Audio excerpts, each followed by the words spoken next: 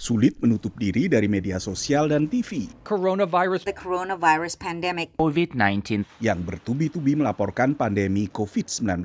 Bila pun akhirnya tak tertular virus corona, mudah bagi orang untuk tetap panik dan stres. I think it gets back to, as humans, what do we feel like we need for survival? So water goes, off the shelves, even though there's no water shortage. We don't really need 5 cases of water.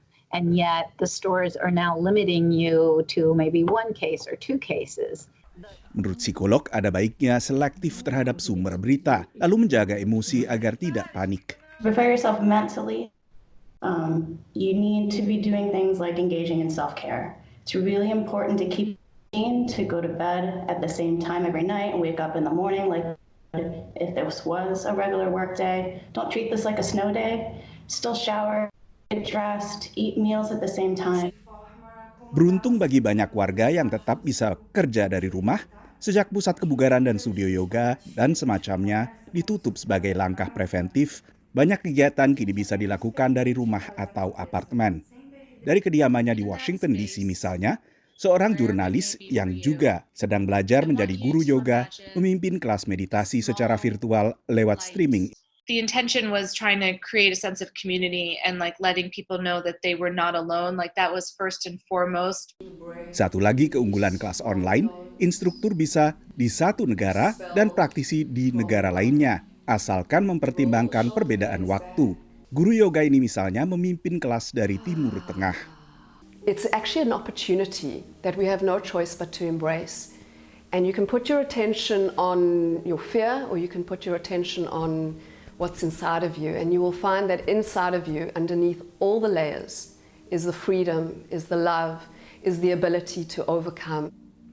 Sementara kelas yang dipimpinnya secara virtual diikuti penggemar yoga di berbagai negara, termasuk di Eropa.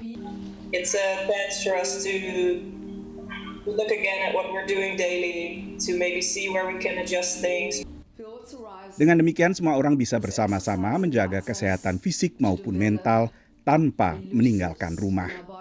Dan bagi mereka yang mengikuti kelas dari rumah dan ingin memberikan ungkapan terima kasih terhadap instruktur yang kelasnya mereka ikuti, mereka bisa memanfaatkan berbagai aplikasi pembayaran online seperti PayPal dan Venmo untuk mendukung pemasukan dari instruktur yang telah dirumahkan dari studio yoga atau dari pusat kebugaran. Dari Washington DC, saya Nova Purwadi dan tim VOA. Pada tahun ini, ketika COVID-19 merajalela di Indonesia, mengharuskan kegiatan dilaksanakan secara daring termasuk kegiatan perkuliahan. Seperti pada umumnya, kegiatan perkuliahan yang dilaksanakan secara daring ini pun sedang dilakukan oleh keempat mahasiswa di salah satu perguruan tinggi. Selamat malam teman-teman, gimana nih kabarnya? Baik, Alhamdulillah. Gimana kabar kamu, Vi? Aman aja, Vi. Gak kerasa ya, kita udah 2 semester perkuliahannya melalui online terus. Kangen juga sama kalian. Iya, betul banget, Vi. Lama juga kita nggak ke kampus, baru nyadar aku.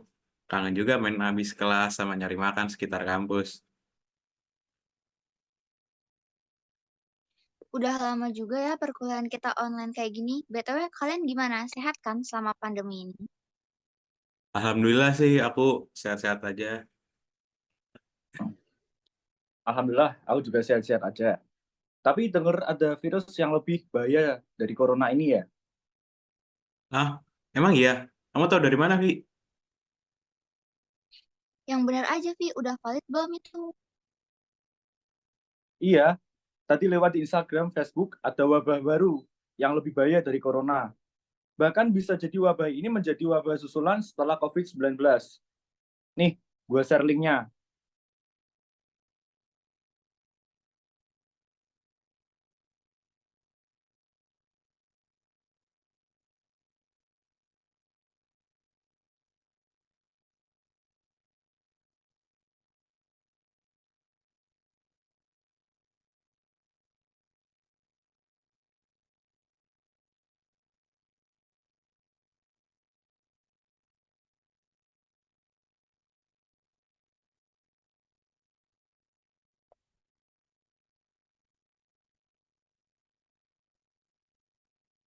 Ini beritanya benar kah? Bener lah, banyak kok yang udah like postingannya. Bentar deh, aku cek dulu.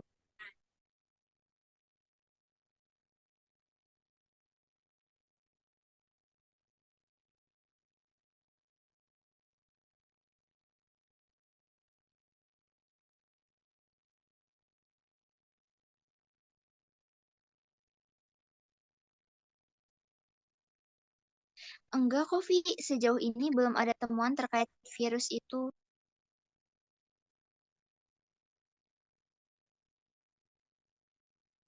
Wah, jangan-jangan yang tadi itu berita hoax ya? Lah, terserah orang yang like postingannya, udah banyak banget. Memang, Vi, tapi like aja nggak cukup buat nentuin berita itu asli atau palsu. Perlu peninjauan lebih jauh akan hal itu. Ih, betul banget tuh, Vi. Kalau berita itu belum tentu benar, kita jangan langsung ngebagiin aja. Kita bisa pilih dan pilih apa saja yang kita akan langsung bagikan ke orang lain. Terus juga ya, alangkah baiknya kita tuh saring dulu sebelum sharing. Nah, aku juga mau nambahin nih, kita juga harus berhati-hati, Vi, karena dengan menyebarkan berita hoax, kita pun bisa terkena kasus loh, karena melanggar pasal 14 ayat 1, yang isinya yaitu barang siapa dengan menyiarkan berita atau pemberitahuan bohong, dengan sengaja menerbitkan keonaran di kalangan rakyat, dihukum dengan penjara setinggi-tingginya 10 tahun tuh. 10 tahun ih, lama juga ya. Apaan sih? Orang aku share berita doang. Nah, lain kali lebih hati-hati lagi ya dalam membagikan atau meneruskan berita. Alangkah baiknya kita juga harus cross-check terlebih dahulu apakah berita itu benar atau enggak. Nah, kita jangan membuat keadaan makin keruh dengan menyebarkan berita hoax yang tidak benar, kasihannya. Ya, aku udah terlanjur nge-share berita itu ke grup WhatsApp keluarga sama teman-teman nih. Gimana ya? Kalau saran dari aku sih, kamu mendingan hapus berita itu sama klarifikasi ke keluarga dan teman-teman kamu. Kalau berita itu tuh ternyata hoax. Nah, aku juga mau nambahin nih, kalau saran dari aku, kamu juga sekalian menghimbau nih ke keluarga kamu nih, sama teman-teman kamu, buat lebih berhati-hati lagi ke depannya kalau dalam nge-share berita, membaca berita, dan pastiin itu berita itu valid, udah divalid oleh pemerintah langsung, biar kita semua terhindar dari berita hoax yang bikin kericuhan dan kegaduhan. Mungkin gitu sih dari aku. Oke deh, nanti aku bakal hapus dan klarifikasi ke keluarga dan teman-temanku. Makasih Vito dan Novia buat masukannya. Aku ke depannya bakal lebih berhati-hati lagi buat kirim-kirim berita. Dari sosiodrama yang telah ditayangkan tadi, dapat ditarik kesimpulan bahwa berita hoax atau berita bohong memiliki dampak yang luar biasa dahsyatnya. Salah satunya mengenai kepanikan ataupun kekacauan yang akan terjadi. Jadi, ketika ada berita hoax, akan terjadi kekacauan atau misinformasi juga seperti itu. Jadi, alangkah baiknya kita menghindari adanya berita hoax yang tersebar di media sosial.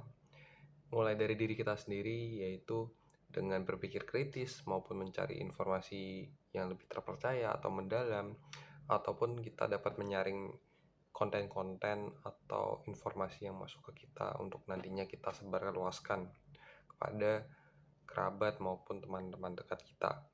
Jadi, untuk mengurangi kekacauan maupun kepanikan dari berita hoax ini dapat dilakukan dengan menyaring konten-konten yang masuk ke dalam diri kita.